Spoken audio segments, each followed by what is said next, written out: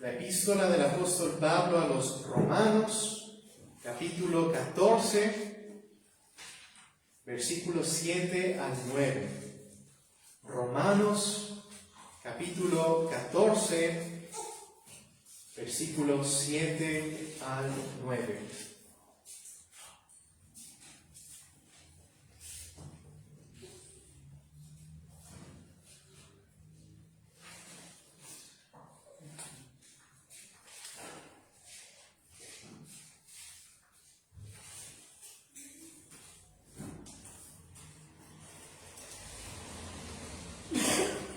Vamos a leer atentamente la palabra de nuestro Dios, que dice así: porque ninguno de nosotros vive para sí, y ninguno muere para sí. Pues si vivimos, para el Señor vivimos, y si morimos, para el Señor morimos. Así pues, sea que vivamos o que muramos, del Señor somos. Porque Cristo para esto murió y resucitó y volvió a vivir, para ser Señor así de los muertos como de los que viven. Amén. A la luz de la bendita palabra del Señor, vamos a leer las primeras preguntas de nuestro catecismo de Heidelberg. Vamos a buscar el primer día del Señor de nuestro catecismo, que está en la página 27. Página 27. Y vamos a leer el primer día del Señor, que consiste en las preguntas 1 y 2. Leemos así. Día del Señor 1. Pregunta 1. ¿Cuál es tu único consuelo, tanto en la vida como en la muerte? Respuesta.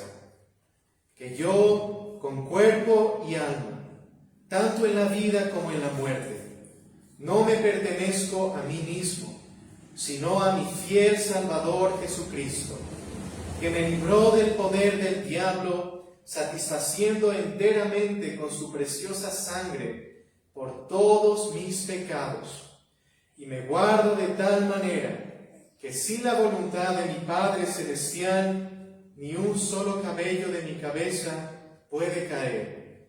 Antes es necesario que todas las cosas sirvan para mi salvación.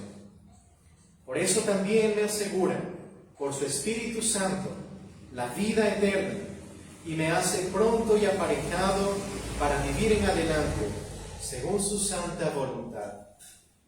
Pregunta 2. ¿Cuántas cosas debes saber para que, gozando de esta consolación, puedas vivir y morir dichosamente? Respuesta. 3. La primera, ¿cuán grandes son mis pecados y miserias? La segunda, ¿de qué manera puedo ser librado de ellos? Y la tercera, la gratitud que debo a Dios por su redención. Amén. Que el Señor bendiga la predicación de su palabra. Mis queridos hermanos, después de haber estudiado por varias semanas los cánones de Dort, volvemos ahora a nuestro estudio del Catecismo de Heidelberg, este precioso Catecismo del Consuelo, cuyo tema ya podemos encontrar desde el primer día del Señor. Comienza nuestro Catecismo hablándonos del único consuelo, tanto en la vida como en la muerte. Y la palabra catecismo significa instrucción oral. Es una palabra que encontramos en las Escrituras, especialmente en griego. Por ejemplo, en Lucas capítulo 1 encontramos esta raíz de la cual proviene el verbo catequizar y también la palabra catecismo. Es una instrucción de la palabra de Dios. Y nosotros, como cristianos reformados, creemos que el catecismo es un resumen fiel de la enseñanza bíblica, de lo que encontramos en la palabra del Señor. Y particularmente en esta tarde vamos a comenzar meditando en el primer día del Señor, que trata sobre nuestro único consuelo. Nuestro único consuelo. Y vivimos en tiempos muy difíciles, tiempos llenos de angustia, tiempos llenos de dolor, de dificultades, de corrupción incluso, de crímenes, de peligros. Y aparte de esto, seguimos teniendo la misma realidad que toda la raza humana a través de los tiempos. Somos pecadores, sufrimos miserias y por lo tanto necesitamos urgentemente consuelo, pero no cualquier consuelo, sino el verdadero consuelo que Dios nos ofrece solo en Cristo. Quizás hay personas en nuestros días que ofrecen una especie de consuelo, pero que realmente es una vanidad, es una ilusión. Nada puede aliviar nuestra miseria, nada puede darnos verdadero descanso, sino tan solo nuestro Dios Trino, a través de la fe en su Hijo. Y entonces, con la ayuda de Dios, vamos a meditar en cómo el catecismo nos instruye sobre nuestro único consuelo, considerando dos cosas. En primer lugar, veremos en qué consiste nuestro consuelo, y en segundo lugar, meditaremos en cómo podemos gozar de este único consuelo. Primeramente, consideremos en qué consiste nuestro único consuelo. En la pregunta 1 ya encontramos esta pregunta. ¿Cuál es tu único consuelo tanto en la vida como en la muerte? Si preguntáramos esto a las personas del mundo, ¿qué responderían? Quizás algunos digan, bueno, mi único consuelo es que tengo buena salud, no tengo problemas con nadie, no le hago daño a nadie, entonces puedo dormir tranquilo durante las noches. Otras personas podrían decir, bueno, me consuelo en que me siento realizado, he podido perseguir una buena carrera, tengo éxito laboral y no me falta nada. Otros podrían decir, mi consuelo está en que vivo cerca de mi familia y todos estamos unidos. Y aún otros podrían decir, mi consuelo está en que todo lo que desea hacer en esta vida, lo hice y he disfrutado muy bien. Pero aunque estas respuestas pudieran salir de la boca de nuestro prójimo, en realidad, en su lecho de muerte, ninguna de las cosas que hemos mencionado podrán consolar a un alma moribunda que sabe que está a punto de enfrentarse al Dios Todopoderoso. ¿Cuál es entonces nuestro único consuelo? ¿En qué consiste? Bueno, consiste en varias cosas, las cuales voy a mencionar a continuación y vamos a tratarlas una por una. Nuestro único consuelo consiste primeramente en nuestra unión con Cristo. En segundo lugar, consiste en la obra redentora de Cristo. En tercer lugar, consiste en la preservación de Dios. Asimismo, consiste en el cuidado paternal de Dios. También consiste en la promesa de que todo ayudará para nuestra salvación. Consiste también en la seguridad de la vida eterna por el Espíritu Santo. Y finalmente, nuestro único consuelo consiste en la fuerza o la capacidad para vivir según la voluntad de Dios. Vamos a meditar en cada uno de estos puntos. En primer lugar, nuestro único consuelo consiste en nuestra unión con Cristo. La palabra de Dios nos enseña que el Espíritu Santo, a través de la fe, nos ha unido al Señor Jesús. Le pertenecemos a Él, en cuerpo y alma, como leímos en la epístola a los Romanos, cuando Pablo dice: porque ninguno de vosotros vive para sí y ninguno muere para sí. Pues si vivimos, para el Señor vivimos, y si morimos, para el Señor morimos. Así pues, sea que vivamos o que muramos, del Señor somos. No nos pertenecemos a nosotros mismos, no somos dueños de nuestra vida. Y querida iglesia, esto es algo que debe estar muy claro en nuestra mente y en nuestro corazón. Porque el mundo en el cual vivimos predica exactamente todo lo contrario. El mundo dice: tú eres dueño de ti mismo, el capitán de tu propio destino. Tú vives para complacerte. Hay una sola vida, aprovéchala. Eso predica el mundo. Pero la palabra de Dios nos enseña que los que hemos puesto nuestra fe en Cristo ya no somos dueños de nosotros mismos. En efecto, nunca fuimos dueños de nosotros mismos. Ni siquiera antes de que el Señor nos convirtiera. Siempre le hemos pertenecido a Él, a nuestro Creador y Salvador.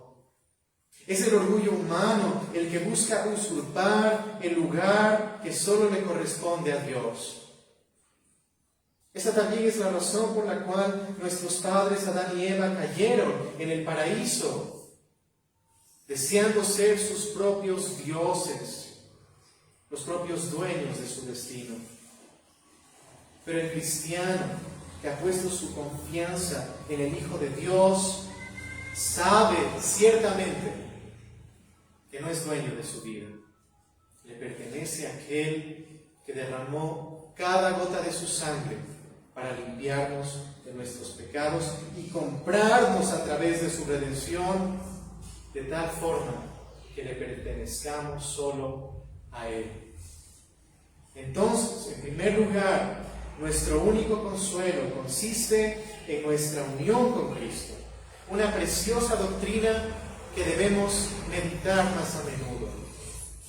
Debemos dar pensamiento a este hermoso misterio, que Cristo está unido a nosotros en cuerpo y en alma.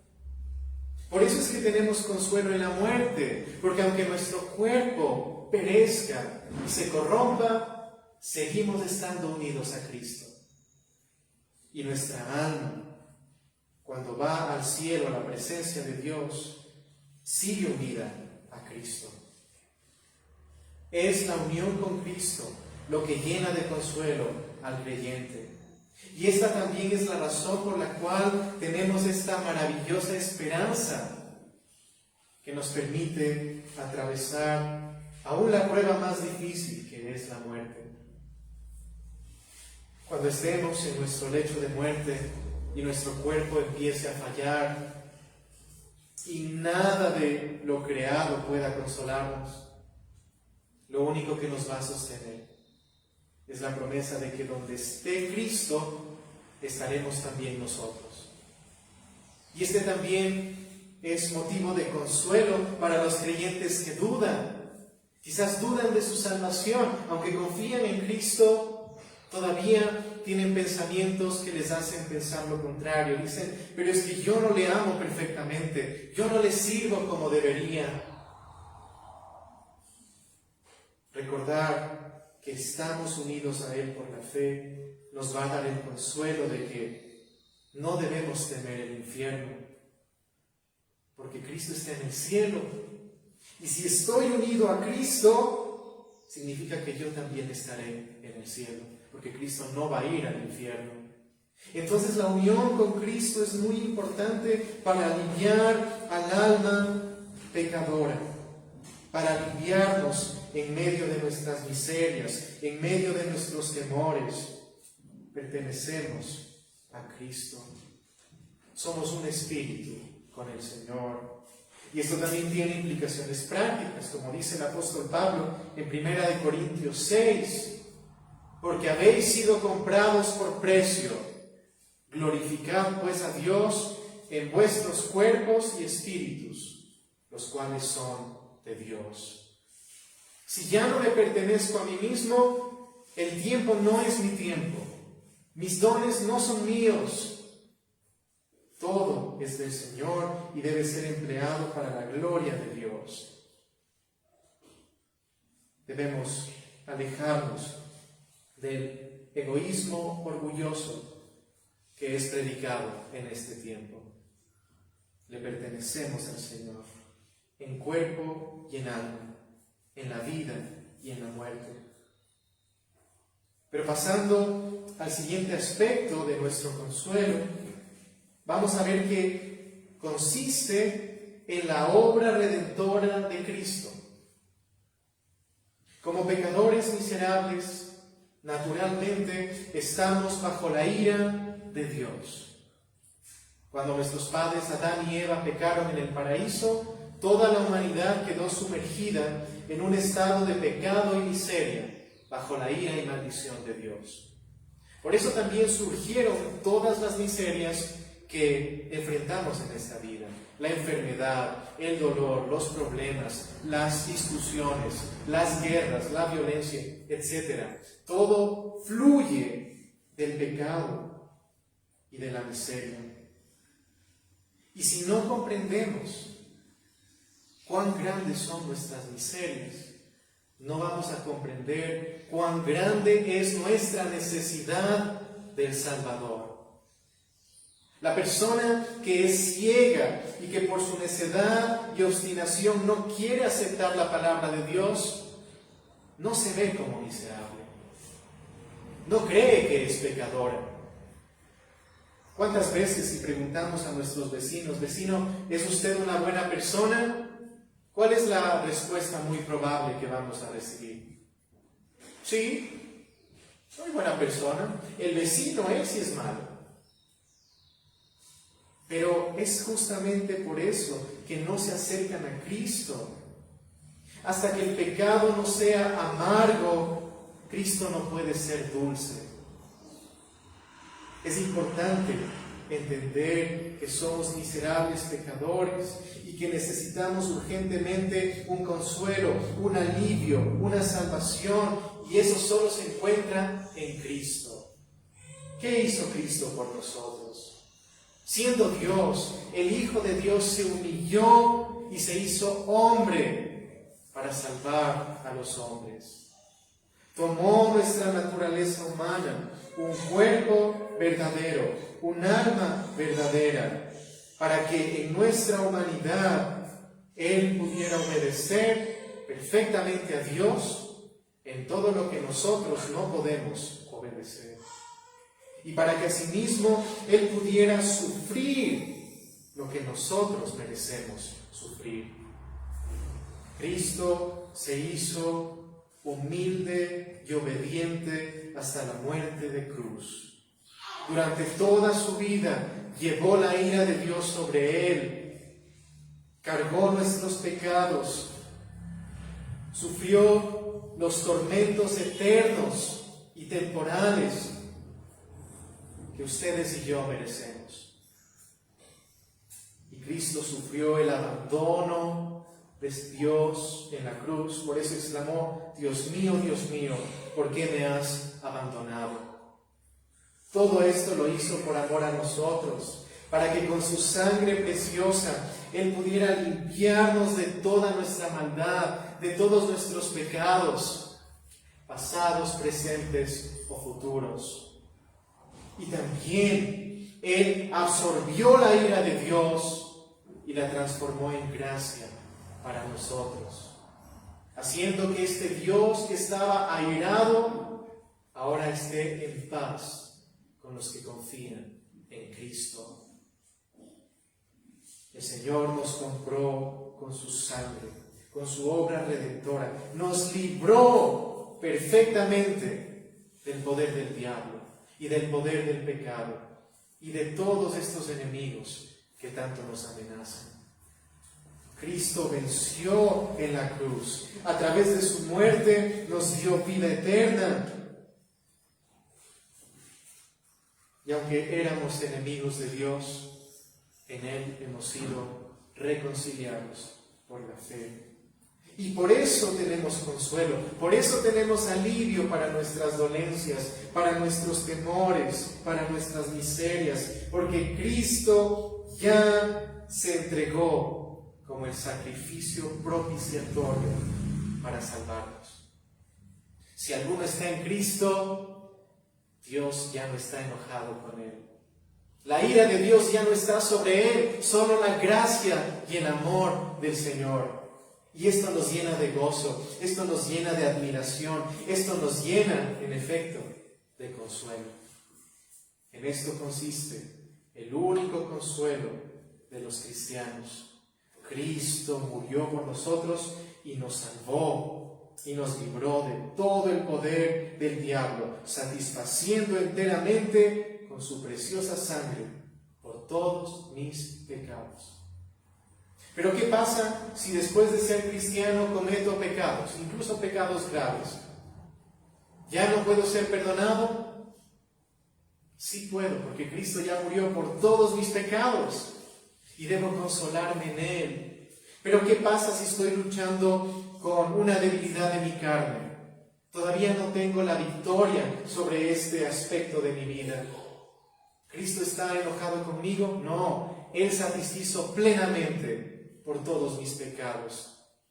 Y su perfecta justicia, inocencia, cubre mis debilidades presentes.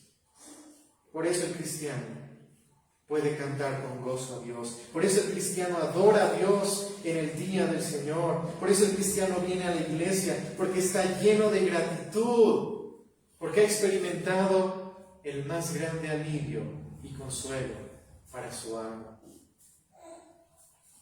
Pero nuestro único consuelo también consiste en la preservación de Dios. A través de la fe en Cristo somos adoptados como hijos de Dios y ahora Dios es nuestro Padre celestial que nos ama, que cuida de nosotros, que se asegura de que todas las cosas sirvan para nuestra salvación. El Padre Celestial lo gobierna todo con su providencia, de tal manera que ni siquiera un solo de nuestros cabellos puede caer sin que Él lo permita. Nada en nuestra vida es coincidencia, todo es providencia y todo sirve para nuestro bien. El Señor nos preserva, el Señor nos protege de todo peligro. El Señor nos cuida en medio de este mundo hostil. El Señor nos protege de nuestros tres enemigos mortales, que son Satanás, la carne y el mundo. El Señor también nos anima a seguir adelante cuando nos sentimos desalentados. El Señor no se da por vencido con nosotros. No nos abandona a pesar de nuestra maldad e ingratitud. Él, como buen Padre, sigue trabajando en nosotros y lo hará hasta el día de Cristo, cuando seamos glorificados y conformados perfectamente a la imagen de su Hijo. Con tanta ternura nos cuida, más de lo que podamos imaginar. En esta vida vemos casos de padres que son muy cariñosos, muy tiernos, muy atentos con sus hijos. Eso no es nada en comparación con la ternura y el cuidado del Padre Celestial. Nadie nos ama más que Dios. Nadie. Y Él siempre está mirando por nosotros. Siempre está preocupado de que nada nos falte. Siempre está atento y dispuesto para consolarnos, para rescatarnos, para aliviarnos. Qué hermoso es tener el cuidado paternal de Dios, y por eso nuestro consuelo es verdadero. Y por eso podemos ser sostenidos, no importa la situación que estemos enfrentando.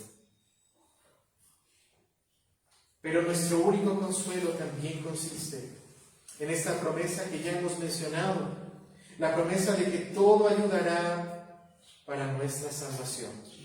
Todo, incluyendo el dolor, incluyendo la pérdida de un ser querido, e incluso nuestro pecado finalmente es usado por Dios para nuestro bien. Romanos 8:28 dice: pero sabemos que a los que aman a Dios, esto es, a los que conforme a su propósito son llamados, todas las cosas ayudan al bien de los que le aman a Dios. Todo nos ayuda. Por eso, mis hermanos queridos, cobremos consuelo, cobremos ánimo ante esta meditación. Sé que cada uno de nosotros estamos pasando momentos difíciles. Durante la semana tenemos problemas. Tenemos luchas fuertes contra la tentación y el pecado. No siempre salimos victoriosos. Tenemos también dolores corporales. Tenemos problemas en el alma también, en nuestra mente, en nuestras emociones. Pero el Señor ha prometido que todo servirá para nuestro bien. Y es cierto, es muy difícil comprender esta promesa cuando las cosas no salen bien. Es muy fácil desanimarse, es muy fácil pensar que Dios se ha olvidado de nosotros, es muy fácil dudar de la bondad del Señor, pero es en este momento cuando más necesitamos nuestro único consuelo, que consiste en recordar que todo va a ayudar a nuestra salvación. E incluso cuando alguien habla mal de nosotros, en lugar de enojarnos contra esa persona, deberíamos decir: gracias, Señor, esto fue bueno y ayuda para mi salvación. Esto sirve para mi bien espiritual. Gracias. Nuestro único consuelo también consiste en la seguridad de la vida eterna por el Espíritu Santo. Cristo nos ha dado su Espíritu plenamente, sin reservas.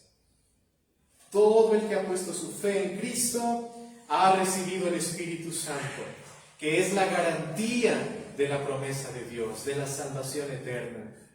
Y el Espíritu Santo nos da la certeza, la seguridad de que Dios nos ama, de que nuestros pecados son perdonados por Cristo y también de que tenemos ya la vida eterna.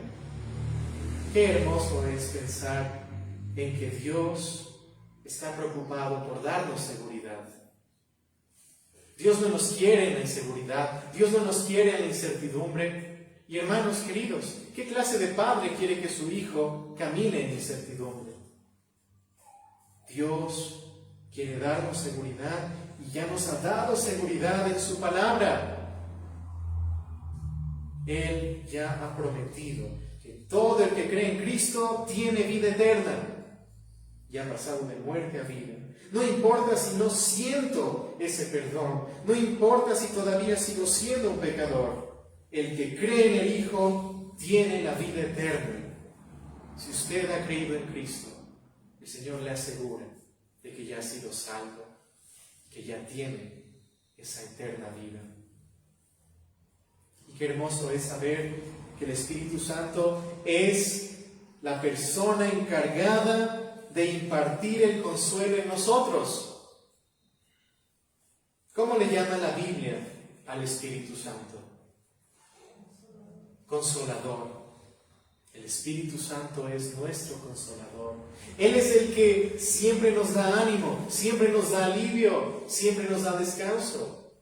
Es Satanás el que nos acusa.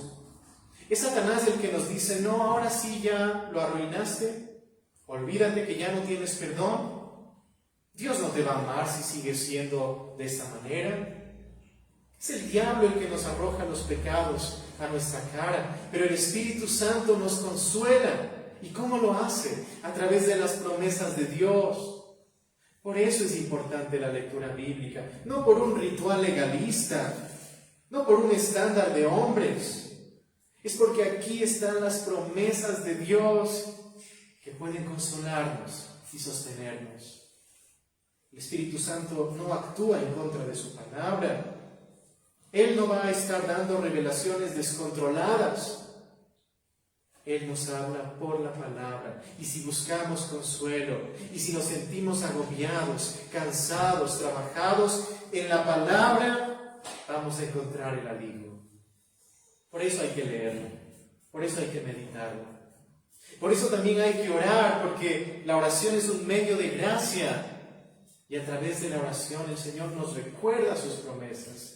Y el Señor pone en práctica sus promesas, las cumple fielmente. Demos gracias a Dios por el Espíritu Santo. Démosle gracias que Él está siempre con nosotros. Y por eso, mis hermanos queridos, hay que cuidarnos mucho de no entristecer al Espíritu Santo. No entristecerle a través de palabras malas, de cosas malas que vemos, que escuchamos, que practicamos. Más bien, contentemos al Espíritu Santo. Alegrémosle a través de una vida de obediencia y gratitud a Dios. Finalmente, nuestro único consuelo consiste en que Dios nos ha dado la gracia y la capacidad en Cristo para vivir en adelante, según su santa voluntad. No solo que estamos unidos con Cristo, no solo que Él nos ha limpiado de nuestros pecados con su sangre, no solo que nos ha librado del poder del diablo, nos preserva, nos cuida y nos da seguridad, sino que también nos da ahora el poder para vivir de acuerdo a su voluntad. Seríamos desdichados y miserables si tuviéramos la Biblia, pero no la gracia para vivir de acuerdo a la Biblia. Sería un gran tormento, porque sin Dios sería imposible cumplir estos hermosos preceptos. Pero por el Espíritu Santo en nosotros podemos vivir de acuerdo a la palabra de Dios. Y no solo que podemos, sino que eso es lo que todo cristiano debe buscar hacer. Debemos vivir en adelante según su santa voluntad, no según nuestros deseos egoístas, no según las sugestiones de Satanás, no según el estándar del mundo, la corriente del mundo. Debemos vivir según la voluntad de Dios. ¿Por qué? Porque me toca hacerlo, soy hijo de cristianos y ni modo. No, porque amo a mi Salvador, porque Él me amó plenamente y se entregó por mí, y yo también le amo y quiero serle agradecido. La obediencia, hermanos queridos, finalmente es gratitud, es amor. Por eso es que un esposo atiende a su esposa, no porque le toca, porque le ama. ¿Y cuánto más deberíamos amar al Señor? Y si sentimos la debilidad de nuestro ser, si sentimos que ya no tenemos fuerzas, si sentimos que no tenemos ganas de obedecer la palabra de Dios, ¿qué deberíamos hacer? ¿Quedarnos de brazos cruzados? No, debemos justamente orar a Dios para que nos dé más de su Espíritu y así obtener la gracia y la fuerza para seguir viviendo de acuerdo a su voluntad. Y la voluntad de Dios no se encuentra en las opiniones humanas, no se encuentra en los sentimientos humanos, solo se encuentra en la bendita palabra de Dios. Aquí está revelada la voluntad de Dios completamente.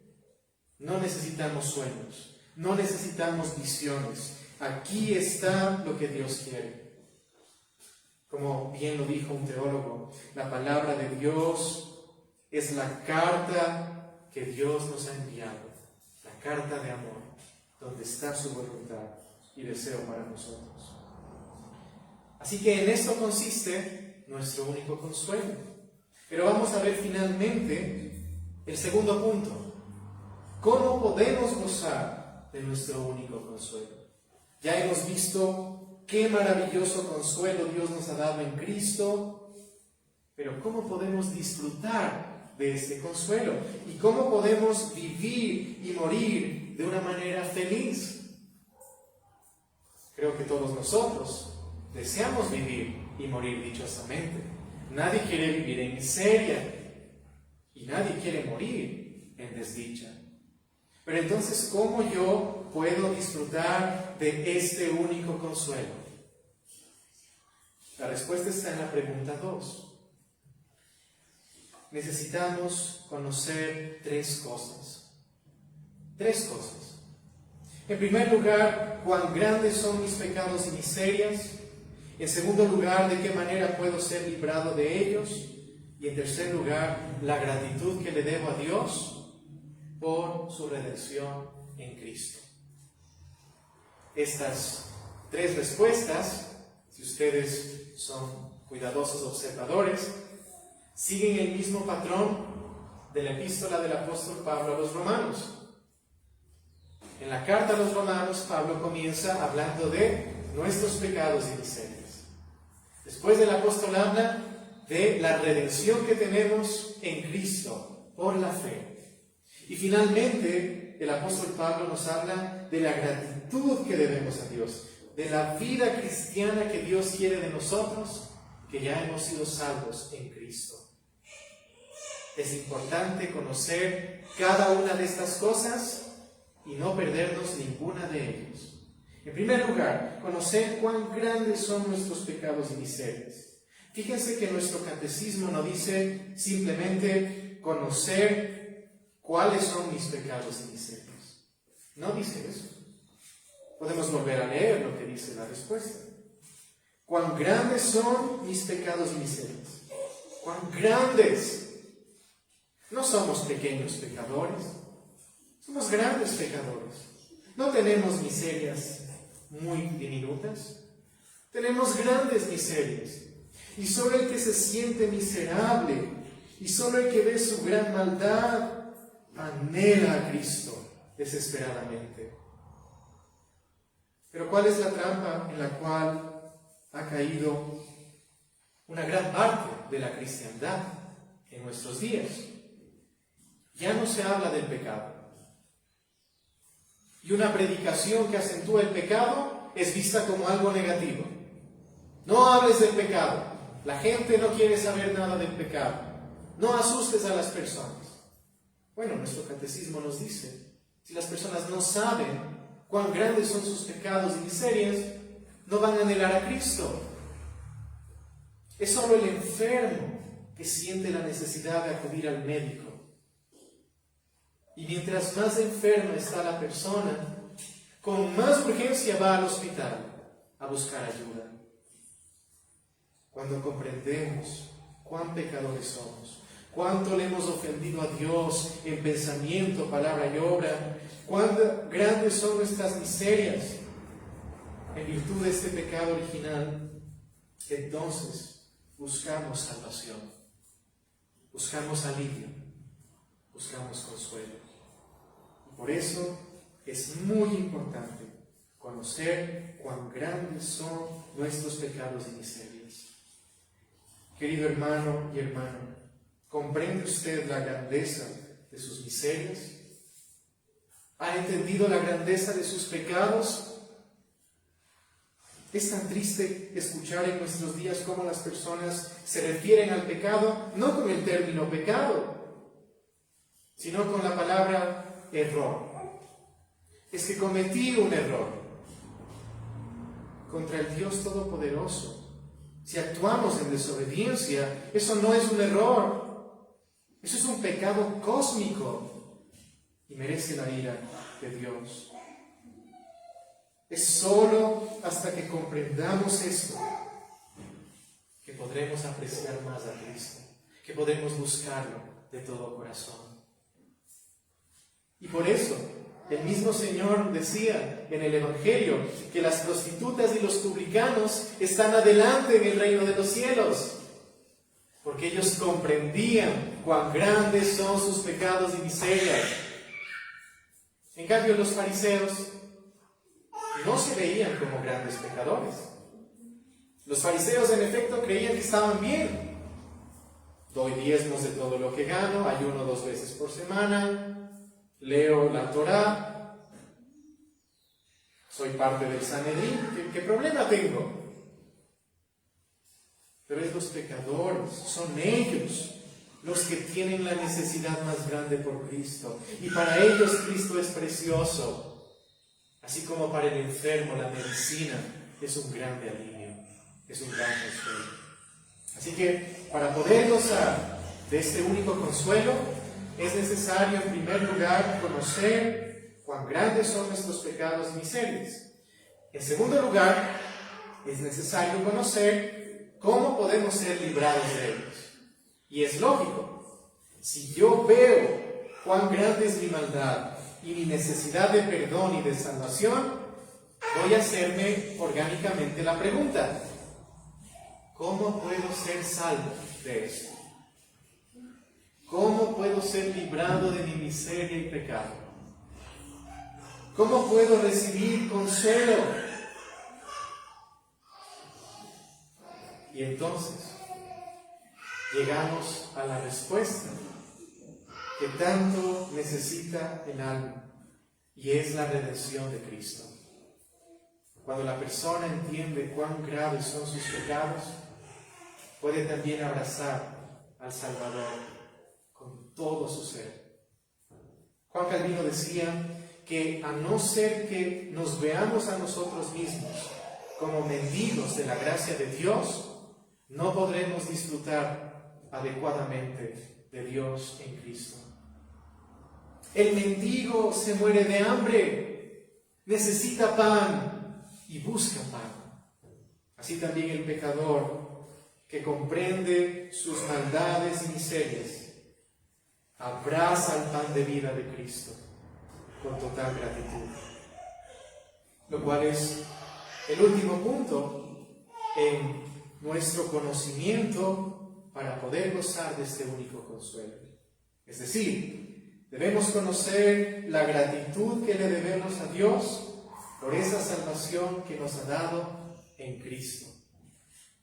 Cuando un pecador viene al Señor Jesús por la fe y lo acepta como su Señor y Salvador, y acepta que es la justicia de Cristo lo que le justifica, no su justicia, acepta la obediencia del Señor, no su obediencia, esta persona experimenta el perdón de sus pecados y experimenta la paz del alma y reconciliación con Dios. Y entonces lo que fluye de su ser es una constante gratitud. Es una acción de gracias que dura por toda la vida y que se expresa en obediencia, en adoración, en sumisión a la voluntad de Dios.